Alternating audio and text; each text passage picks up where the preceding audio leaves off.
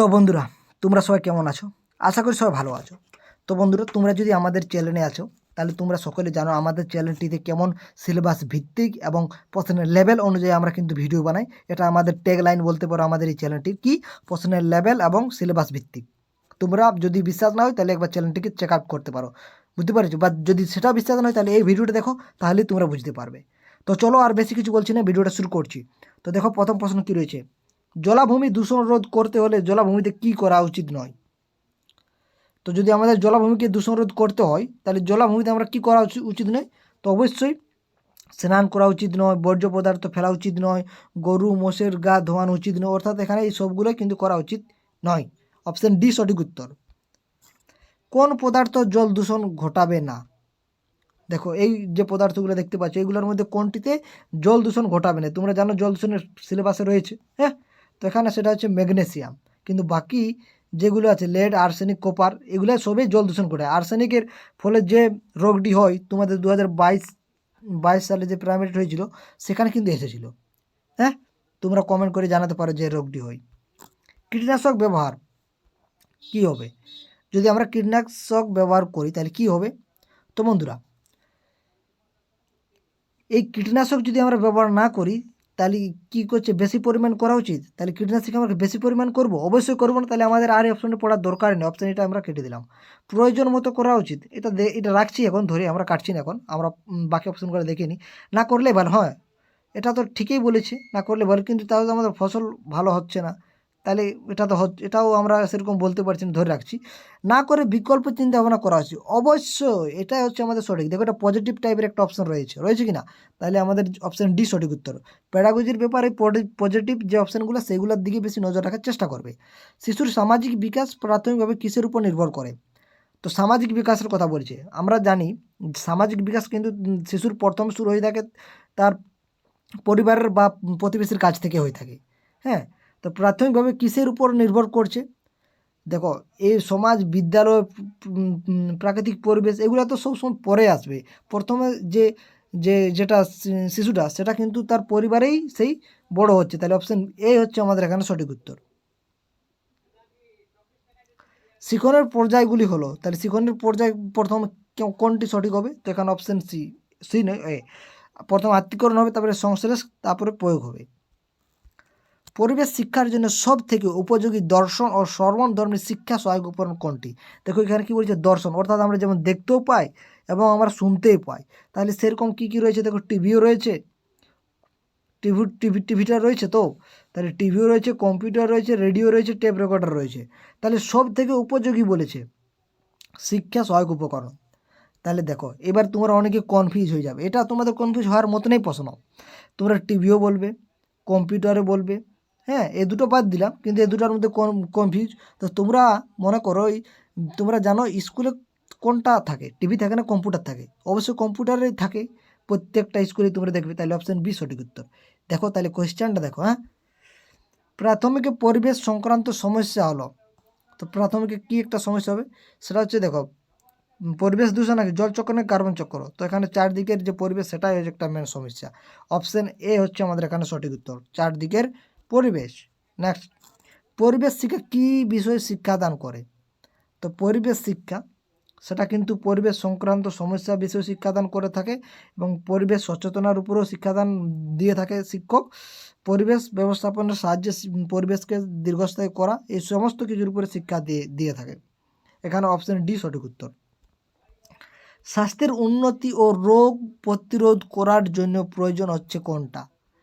তো সেটি হচ্ছে উপযুক্ত আহার ও ব্যায়াম, হ্যাঁ, তার সাথে সাথে রোগ সম্পর্কে সচেতনতা ও প্রতিশোধন গ্রহণ এবং যে সামাজিক চাপের মোকাবিলা করা, অর্থাৎ এখানে সবগুলো হচ্ছে কিন্তু স্বাস্থ্যের উন্নতি ও রোগ প্রতিরোধ করার জন্য প্রয়োজন। রসায়নে কোন একক বেশি পরিমাণে পরিবেশ বিদ্যায় সম্পর্কিত? তো কোন একক? তো এখানে আমাদের যেটা সঠিক সেটা হচ্ছে এই যে কার্বন চক্র এবং অক্সিজেন চক্র, এই দুটোই। প্রাকৃতিক সম্পদের ব্যবহারের ক্ষেত্রে লক্ষ্য না রাখলেও চলে, কোনটি? উৎস নাকি কারা ব্যবহার করবেন, নাকি যারা ব্যবহার করছেন তাদের শিক্ষাগত যোগ্যতা নাকি সচেতনতা আছে কি না? তো এখানে আমাদের যেটা সঠিক সেটা হচ্ছে যারা ব্যবহার করছে তাদের শিক্ষাগত যোগ্যতা আছে কি না সেই দিকে। ব্যক্তিগতভাবে পরিবেশ সম্বন্ধে শেখে যখন শিশুটি পরিবেশ থেকে বিভিন্ন অভিজ্ঞতা সংগ্রহ করে নাকি পরিবেশের বিভিন্ন ক্রিয়াকলাপ লক্ষ্য করে। তো দেখো এই দুটাই কিন্তু পজিটিভ টাইপের অপশান দেখাচ্ছে কি না, তাহলে আমাদের এখানে সঠিক হচ্ছে অপশান সি, এখানে সঠিক উত্তর। নেক্সট, প্রাথমিক পরিবেশ পরিচিতির মূল্যায়ন করার জন্য কি প্রয়োজন? বুদ্ধি ও খাদ্য তৈরি নাকি প্রজনন ও খাদ্য তৈরি ও অগ্রগতি বৃদ্ধি নাকি বৃদ্ধি ও প্রজনন। তো এখানে আমাদের যেটা সঠিক সেটা হচ্ছে বৃদ্ধি ও প্রজনন। সামাজিক পরিবেশের মধ্যে রয়েছে কোনটি? তো দেখো সামাজিক যে পরিবেশ সেই পরিবেশের মধ্যে কিন্তু আমরা পরিবার এবং সমাজ দুটোই রয়েছে। কিন্ডার গার্ডেন কথাটির অর্থ কি? খুবই ইম্পর্টেন্ট প্রশ্ন বন্ধুরা। তো এই কিন্ডার গার্ডেন কথাটা হচ্ছে শিশু উদ্যান, অপশন বি সঠিক উত্তর। ডাইনোসর বিলুপ্তিকালকে কি বলে? তো ডাইনোসর বিলুপ্তিকালকে আমরা জুরাসিক বলি, অপশান বি সঠিক উত্তর। নেক্সট, ক্লোরোফিল হলো একটা কি? তো বন্ধুরা ক্লোরোফিল হচ্ছে একটা পিগমেন্ট, অপশান এ সঠিক উত্তর। নেক্সট, হাড়ে বেশি থাকে যে খনিজ সেটি কোনটা? তোমরা সকলেই জানো, এটা বলার দরকারই নেই, তোমরা অবশ্যই বলে দিয়েছো ক্যালসিয়াম, অপশান এ সঠিক উত্তর। প্রাকৃতিক বাসভূমি হলো ক ধরনের? তো বন্ধুরা প্রাকৃতিক যে বাসভূমি সেটা কিন্তু 4 ধরনের হয়ে থাকে। সিওডি, তোমরা জানো জলের যে মাত্রা, অক্সিজেনের মাত্রাটা কমাটাকে সিওডি, হ্যাঁ, তো যেটার ফুল ফর্ম। এবার এই প্রশ্নটা খুবই ইম্পর্ট্যান্ট, কেমিক্যাল অক্সিজেন ডিমান্ড। আরেকটা আছে বিওডি, বায়োলজিক্যাল অক্সিজেন ডিমান্ড, এটা মনে রাখবে। দেশের মধ্যে কোন রেল প্ল্যাটফর্ম সবচেয়ে দীর্ঘ, অর্থাৎ বড়, লম্বাটা ধরতে পারো বড়? তো সেটা হচ্ছে খড়গপুর। মোটর গাড়ি চালানোর ক্ষেত্রে নিরাপদ হবে যদি কি করা হয়? যেখানে পেট্রোল ব্যবহার করা হয়, গ্যাসকে জ্বালানি হিসেবে ব্যবহার করা হয়, যেখানে সৌর শক্তি ব্যবহার করা হয়, বিদ্যুৎ শক্তি ব্যবহার করতে, কোনখানে কিন্তু সব থেকে নিরাপদ হবে? তো এখানে আমাদের যেটা সঠিক উত্তর হবে সেটা হচ্ছে সৌর শক্তিকে ব্যবহার করা হয়, সোলার যাকে বলে, সোলার পাওয়ার প্ল্যান্ট। তৃতীয় স্তরের খাদ্য কোনটা? তো এখানে এই যে 4টি অপশনের মধ্যে যে তৃতীয় স্তর সেটা মানুষই হবে। সালোক সংশ্লেষের সময় কোন গ্যাস উৎপন্ন হয়? তো আমরা জানি সালোক সংশ্লেষ তোমরা সবাই পড়েছো, তো অবশ্যই এটা তোমাদের যে কমেন্ট করে জানাবে যে কোন গ্যাস উৎপন্ন হয়। মেদ বাড়লে কি প্রয়োজন? যদি মেদ বাড়ে তাহলে কি প্রয়োজন? অবশ্যই ক্যালোরি গ্রহণ কমানো এবং ক্যালোরি খরচ বাড়ানো, এটাই। পরিবেশবিদ্যা পাঠদানে শিক্ষক বাস্তব ঘটনার উদাহরণ দেন, এর কারণ কি? তো এটা আমাদের জানি যে পরিবেশ যখন আমাদের পাঠদান করাতে হয় একজন শিক্ষক হিসাবে, অবশ্যই সে বাস্তব জ্ঞানের উপরে কিন্তু সে পাঠদান দেবে, এটা আমরা জানি, এটা আমরা সকলেই জানা আছে। তাহলে এটা দেয় তার কারণটা কি? তো বন্ধুরা তার কারণ হচ্ছে শিক্ষার্থীদের যে উপলব্ধিতে সাহায্য করবে, তার জন্য কিন্তু এটা করানো হয়ে থাকে। জনসংখ্যা বৃদ্ধির সঙ্গে সঙ্গে ভূগর্ভস্থ জলের কি কমছে? তোমরা এটা সকলে জানো, গভীরতা কমে যাচ্ছে। প্রাথমিক স্তরে কোনটি কার্যকর? তো এখানে আমাদের যেটা সঠিক উত্তর সেটা হচ্ছে মূর্ত অভিজ্ঞতার মাধ্যমে শিক্ষণ কার্যকর, এটাই।